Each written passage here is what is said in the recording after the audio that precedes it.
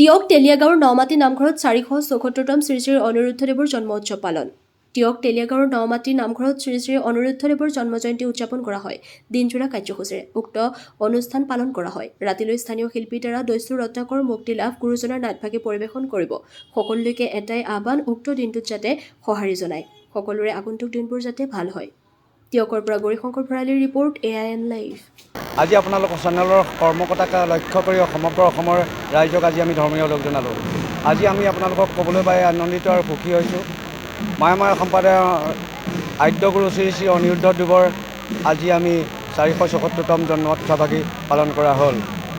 আজি প্ৰায় 81 বছৰ ধৰি আমি তথা আমাৰ ককা দেউতাৰ দিনৰ পৰা অনিৰুদ্ধ উৎসৱভাগী আমি ইয়াতে পালন কৰি আহিছোঁ। আমাৰ মূল উদ্দেশ্য হ'ল মায়ামাৰ সম্প্ৰদায়ৰ শ্ৰী শ্ৰী অনিৰুদ্ধদেৱৰ আদ্য গুৰুজনাৰ জীৱন বুৰঞ্জীৰ বিষয়ে, তেখেতৰ আত্মচৰিত্ৰৰ বিষয়ৰ লগতে ধৰ্ম সংগতিৰ সকলো দিশৰ ফালৰ পৰা তেখেতক আমি অভিনন্দন জনাই এই উৎসৱভাগী পতা হয়। আমি যদি মুঠতে ক'বলগীয়া হয়, মায়ামাৰ সম্প্ৰদায়ৰ ধৰ্মগুৰু হিচাপে তেওঁ আমাক মায়ামাৰ সম্প্ৰদায় প্ৰতিস্থাপন কৰি গৈছে। তেখেতৰ এনাজৰীয়ে আজি আমাৰ হাজাৰ হাজাৰ ভক্তই আমি তেখেতক স্মৰণ কৰি আছোঁ জন্মদিনটোত। আমি যদি ক'বলৈ বিচাৰোঁ, জাতি বৰ্ণ নিৰ্বিশেষে 1553 চনত জন্মগ্ৰহণ কৰা শ্ৰী শ্ৰী অনিৰুদ্ধদেৱৰ 1601 চনত তেওঁ ধৰ্মৰ পাতনি মেলি 25 বছৰ কাল ধৰ্ম প্ৰচাৰ কৰি 1626 চনত তেওঁ বৈকুণ্ঠগামী হ'ল। 71 বছৰীয়া আমাৰ আদ্য গুৰুজনে আমাৰ ভকতৰ বাবে যি ধৰ্ম চেকুৰা ছটিয়াই গ'ল, তাক আমি বুটলি আমি ৰাজ দৰবাৰলৈ স্থাপন কৰিবলৈ আমি মনস্থ মেলিছোঁ। আমি এই পলকতে সমগ্ৰ অসমবাসীৰ লগতে চৰকাৰকো অনুৰোধ জনাইছোঁ, মায়ামাৰ সম্প্ৰদায়ৰ গুৰু অনিৰুদ্ধদেৱৰ জন্ম আৰু মৃত্যু তিথিত আমি চৰকাৰী বন্ধ আমি কামনা কৰিছিলোঁ। আজি পৰ্যন্ত আমি এই কথা ৰাইজক অৱগত কৰিছোঁ, চৰকাৰকো অৱগত কৰিছোঁ।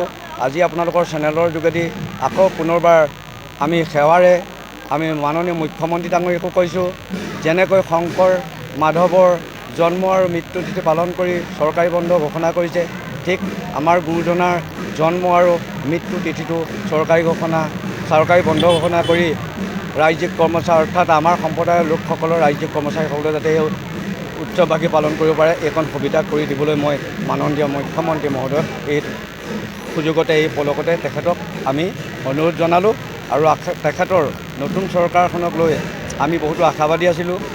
আমি এই পলকতে তেখেতৰ দীৰ্ঘায়ু কামনা কৰি আজীৱন তেখেত আৰোগ্য কামনা কৰিলোঁ আৰু তেখেতৰ কাৰ্যকালত সুচাৰুৰূপে যাতে দেশখনৰ জনগণে জীৱন যাপন কৰিব পাৰে, তাক লৈ আমি আইদেউৰ ওচৰলৈ আমি প্ৰাৰ্থনা জনাইছোঁ। আমি আশা কৰিছোঁ মাননীয় মুখ্যমন্ত্ৰী মহোদয়ে মায়ামাৰ সম্প্ৰদায়ৰ ধৰ্মগুৰুজনাৰ জন্ম আৰু মৃত্যু তিথিৰ দিনা চৰকাৰী বন্ধ ঘোষণা। আজি সৰ্বপ্ৰথমে আপোনালোকৰ চেনেলৰ জৰিয়তে আমি সমূহ অসমবাসী ৰাইজক আমাৰ টিয়ক তেলিয়াগাঁও স্থিত শ্ৰী শ্ৰী নমাটি নামঘৰ প্ৰাংগণৰ পৰা শুভেচ্ছা তথা আপোনালোকৰ পৰা আমি আশীষ বিচাৰিছোঁ। আজি চব মায়ামাৰ সম্প্ৰদায়ৰ ধৰ্মগুৰু শ্ৰী শ্ৰী অনিৰুদ্ধদেৱৰ আজি 474তম জন্মোৎসৱ। গতিকে আমাৰ ককা দেউতা আজো ককাৰ দিনৰ পৰা যিহেতু আমি যোনভাগ নামঘৰৰ সন্মুখত ৰৈ আছোঁ, আমাৰ এইভাগ প্ৰায় 150 বছৰীয়া পুৰণা নামঘৰ, অৰ্থাৎ টিয়ক তেলিয়াগাঁও যেতিয়াৰ পৰা আৰম্ভণি হৈছে সেইভাগ তেতিয়াৰ পৰাই নামঘৰ, আৰু তেতিয়াৰ পৰাই আমাৰ গোটেই গাঁওখনে মিলি আমাৰ ধৰ্মগুৰুজনাৰ এই জন্মোৎসৱভাগী পাতি আহিছে। গতিকে বিগত বৰ্ষৰ দৰে এইবাৰো পৃথক নহয়, আমাৰ সমূহ ৰাইজে মিলি এই অনুষ্ঠানটো ইয়াত আয়োজন কৰিছে। গতিকে বিভিন্ন বৰ্ণাঢ্য কাৰ্যসূচী ইতিমধ্যে আমাৰ হৈ গৈছে।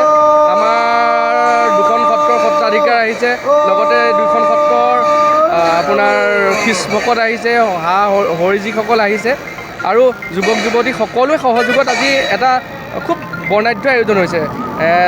ধৰ্মীয় সাংস্কৃতিক শোভাযাত্ৰা আয়োজন হৈছে, আৰু ৰাতিলৈ আমাৰ এখনি আমাৰ মহাপুৰুষীয়া নাট ভাওনাৰ ইয়াত ব্যৱস্থা কৰা হৈছে, দস্যু ৰত্নাকৰ মুক্তি লাভ। গতিকে আমি ভাবোঁ এই অনুষ্ঠানটোৰ জৰিয়তে সদৌ অসম তথা বিশ্বত ঘটি থকা যিবিলাক অশান্তিমূলক কাৰ্য সেইবোৰ মষিমূৰ হ'ব লাগে আৰু বিশ্ব শান্তি স্থাপন হ'ব লাগে। আৰু আমি এই অনুষ্ঠানৰ জৰিয়তে আমাৰ মাননীয় মুখ্যমন্ত্ৰী মহোদয়ক আমি আদৰণি জনাইছোঁ। অনাগত বছৰসমূহত মুখ্যমন্ত্ৰী মহোদয়ে যাতে কাৰ্যকালটো সুকলমে হয় আৰু লগতে অনুসূচিত জাতি যুৱ ছাত্ৰ পৰিষদৰ তৰফৰ পৰা আমি সকলোকে আন্তৰিক জ্ঞাপন কৰিলোঁ। ধন্যবাদ।